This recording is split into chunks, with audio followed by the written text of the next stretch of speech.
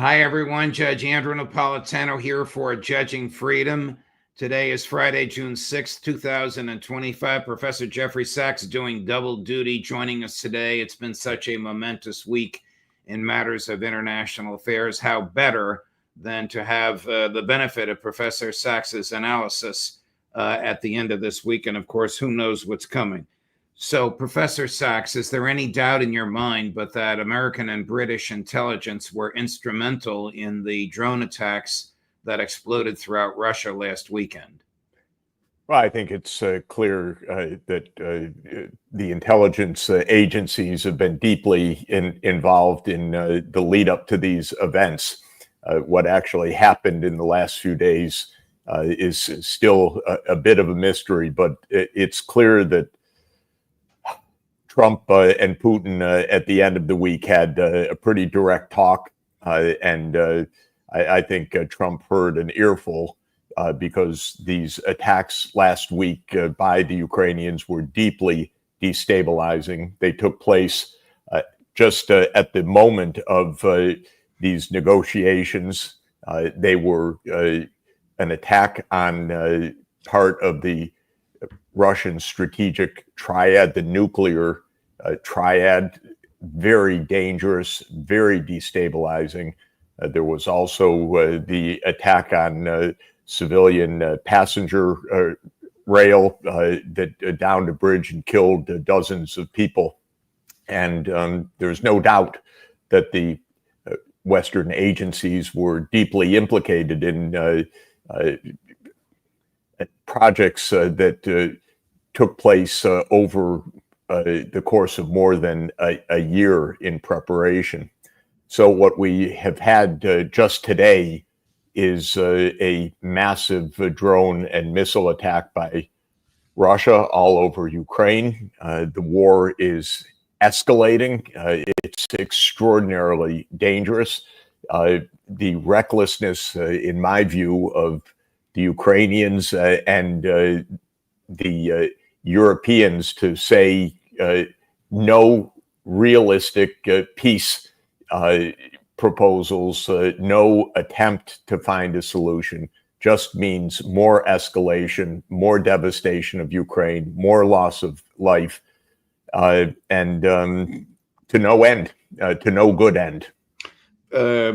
Before we get into Chancellor Merz and Prime Minister Starmer, I do want to ask you a little bit about a phrase you used twice, deeply destabilizing.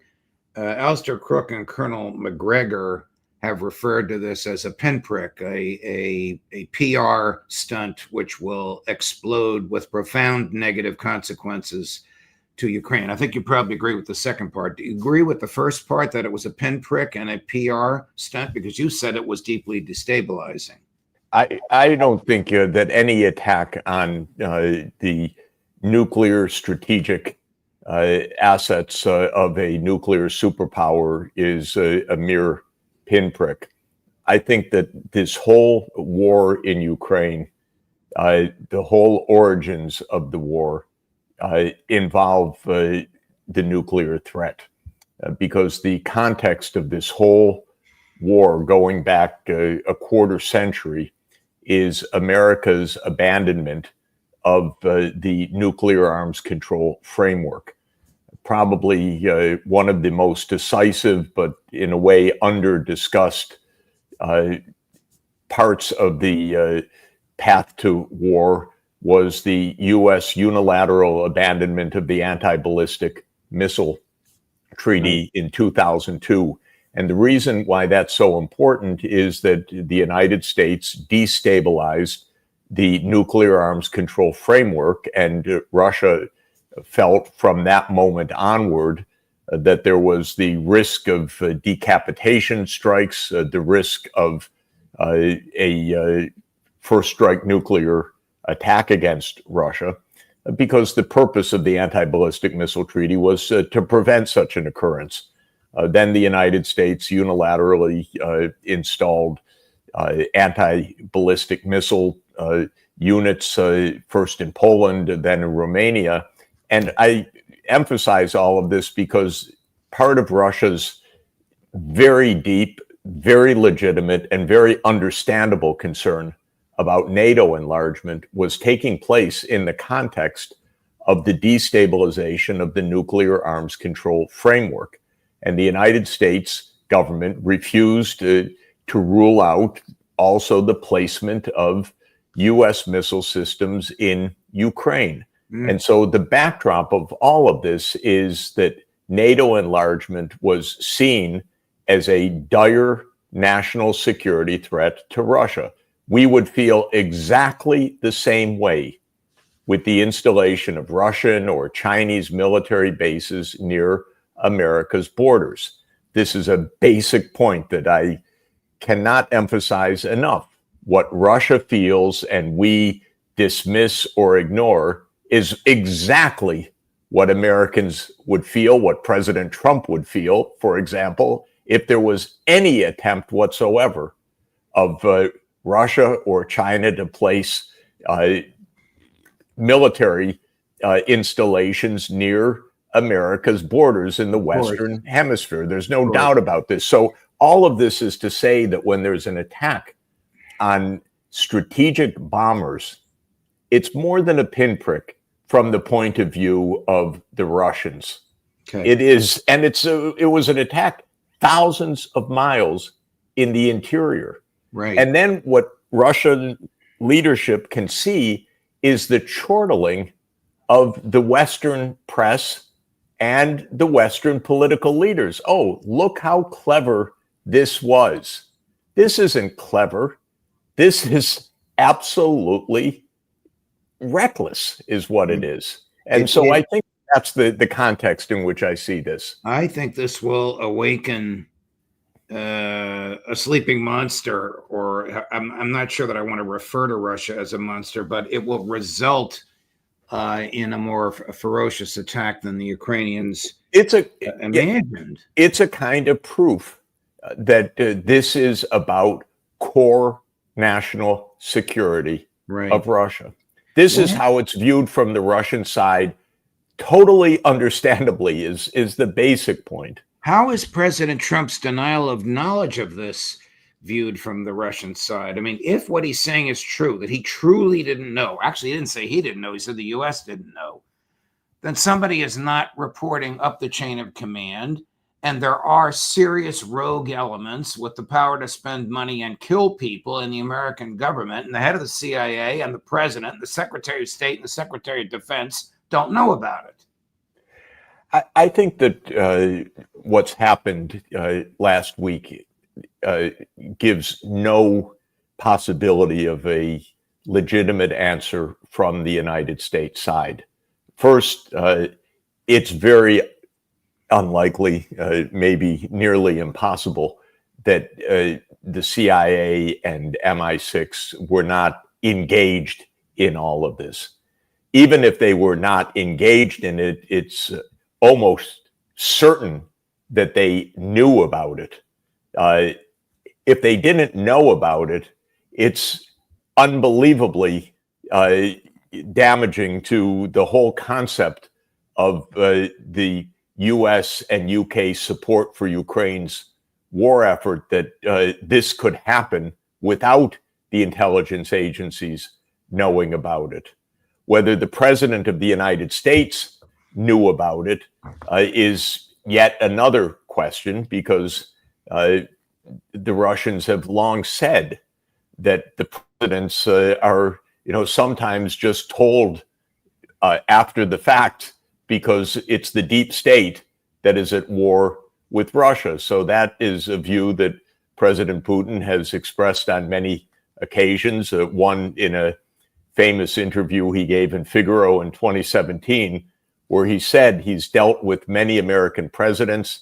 They come into office with ideas, and then men in dark suits and briefcases come and explain to them how it really is. And yes, whether Trump knew beforehand or didn't know, none of it is exculpatory, because it doesn't answer any of the fundamental questions of who's in charge of American intel. If this can happen and the leadership doesn't know it. Well, first of all, President Trump is. So is he listening? Is he taking detailed briefs? That's number one. Second is, of course, the director of national intelligence and the director of the CIA. What are they telling the president of the United States? Third, what actually happened here?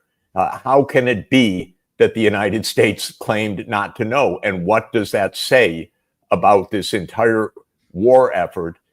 If it were true, it's terrifying because it says that Ukraine can use Western intelligence, Western explosives, Western technologies to destabilize the nuclear arms strategic triad of Russia. So there's no explanation that is sound in what happened last week, because what happened last week was a truly destabilizing event. At the risk of upsetting your stomach at the crack of dawn at this early hour, in the hours before this happened, President Zelensky was visited by Senators Richard Blumenthal and Lindsey Graham, who almost acted as if they were conducting their own foreign policy, informed him that the United States would never back down, told him they have legislation which has 80 co-signatures on it in the Senate to impose secondary sanctions on Russia. What is Trump going to do with these two? They're frustrating his foreign policy, almost in violation of the Logan Act, which prohibits people not in the executive branch from conducting their own foreign policy. Well, let me say one thing. I'm not against Congress overseeing, reviewing, commenting on foreign policy.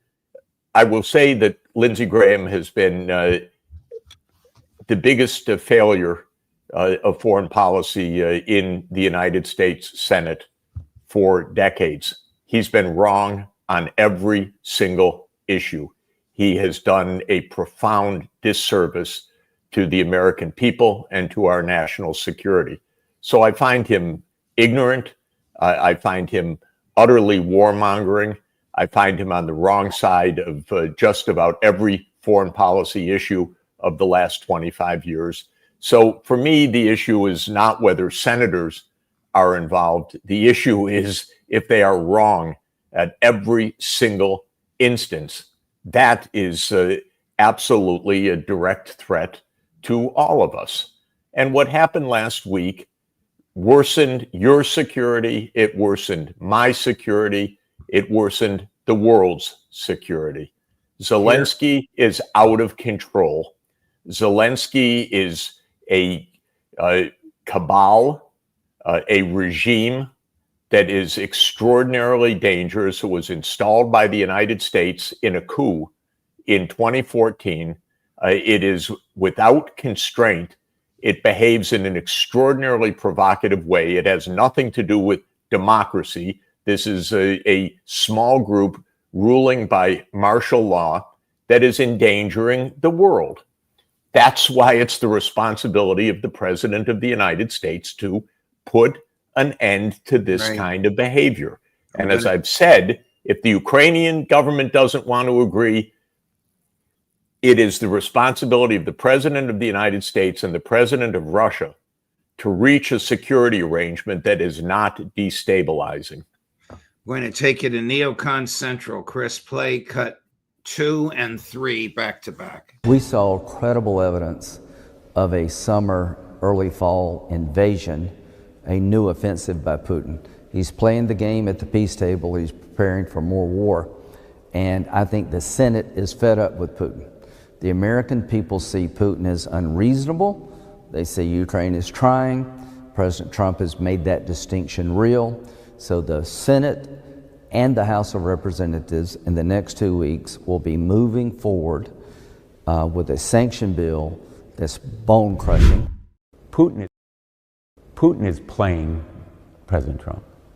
He's taking him for a sucker. He is, in effect, stalling and stonewalling, prolonging the conversation so that he can mount this offensive and take control of more territory on the ground. If I were President Trump, I'd be insulted and offended by this affront personally, as well as to the United States of America. And America should be angry, deeply angry. Yeah, America should be angry at these two people. Richard Blumenthal is the one who said, this is the best that money can buy.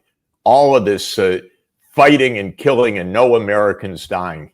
This is using Ukraine to weaken Russia. And that means sacrificing Ukraine for this neocon idiocy of these two people. They've both been a disgrace in American foreign policy. And there was Lindsey Graham back in 2014 in the US-backed coup. He was involved in that. He was, of course, a big proponent of every war, the phony war, the real war, but on the phony pretext in Iraq, and all of the other adventures and escapades that have endangered American security, cost trillions of dollars, have been complete debacles. These two are just disgraceful in their substantive views. I don't mind senators having views. They should have views. These just happen to be people with completely wrong and despicable views that are endangering you and me and the rest of the United States. That's the problem. Tell me what British Prime Minister Starmer and German Chancellor Merz are up to. Is Merz inching towards World War III? They are. I don't think that they're doing it intentionally, but they're complete warmongers. They're so much driven by their intelligence agencies, probably linked back to the CIA as the one that orchestrates MI6, BND, other security agencies. But the rhetoric and the behavior of these politicians is absolutely reckless. Merz comes in as Chancellor of Germany. You would think, not just think, you would hope, you would expect in a world that has some desire for self-preservation, that the Chancellor of Germany is newly arrived, would at least have a call with President Putin to discuss the situation, to make an evaluation, to try to understand. But no, from the first moment that Merz came in, it has been expand the military, send Taurus missiles, strike deep inside Russia without even an iota of attempt at diplomacy. Starmer has been the same way. In other words, there's no attempt on the side of either of these two, who I think are basically factotums of their security states, and especially their intelligence agencies, to expand the war. So the absence of even a shred of evidence that they want to find a path to peace tells us what we need to know. They are warmongers from morning till night. Let me take you back to the Kremlin. How do you think the Kremlin perceives President Trump's statement to President Putin that the United States had no knowledge of this? Do you think, and you know Foreign Minister Lavrov, who's almost as smart as you are, and he's a very smart guy, do you think that he believes that Trump is not telling the truth? Or do you think that he is asking, as you and I did a few minutes ago, who's in charge here? I think more the latter. I think that from the Russian perspective, they view this as the usual business, which is that they often don't hear a clear line from the United States. They probably don't know exactly who knows what and when, but from their point of view, it doesn't really matter. It comes down to the same thing, that they're facing in the United States a hostile force supporting a a military effort that threatens their national security, and that's enough for them to know. So they obviously said to President Trump, no matter what he told them, that what happened is absolutely unacceptable, and it will be met with a Russian response. And that's all President Trump said, because Right. whatever he told them, they told him something very, very clear, which was that this was an attack on core Russian national security, and it would be met with a Russian response. I think we saw the very beginnings of this Russian response today. But the fact of the matter is we're on a path of escalation right now. And whatever Trump knew or didn't know, what's been happening in recent weeks is no doubt a large and powerful lobby from within the U.S. security establishment. These two senators are a part of that, but it goes far beyond that. And within the security establishment of Europe, to continue fighting Russia, because this has been a core doctrine for more than 30 years. This is not something new. And it is the difficult job of the President of the United States to put a brake on the military-industrial complex. That's the job. It requires skill. It requires steadfastness. This is a war machine that is always in operation. The president actually has to actively put the brakes on the war machine. It's not enough to not be a warmonger himself.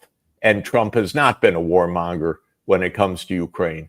But it is an act of skill to put a stop to the war machine.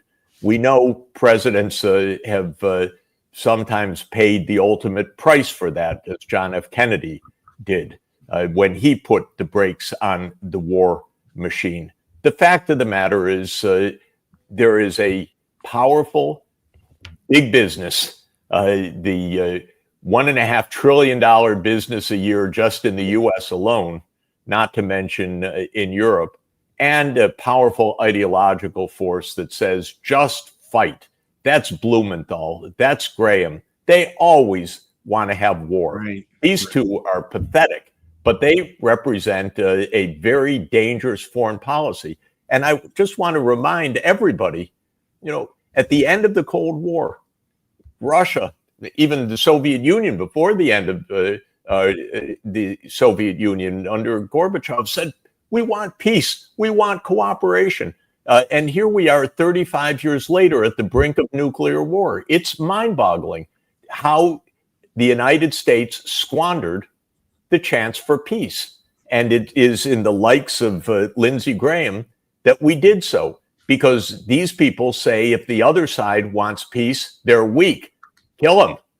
And that's what we've been doing for more than 30 years. And now, last week, there were supposed to be peace negotiations. And the day before the peace negotiations, Ukraine attacked the strategic bombers of Russia. The day before. What is this? What conceivable justification could there be? What conceivable good news could there be that the United States denies that it knew about it? The whole thing is so horrific that it has to stop. Professor Sachs, thank you very much. Thanks for coming on at this unusual time of day. One of the viewers writes in, the forecast today, partly cloudy, chance of war. Good. Thank you, Professor Sachs. Thanks Great to be with you. Have a great weekend. Yes, you as well. We'll see you next week. All the best. Thank you. Bye-bye. Thank you. And coming up later today at 4:00 this afternoon, the best time of the day, the end of the day, the end of the week, the Intelligence Community Roundtable with Larry Johnson and Ray McGovern. Judge Napolitano for Judging Freedom.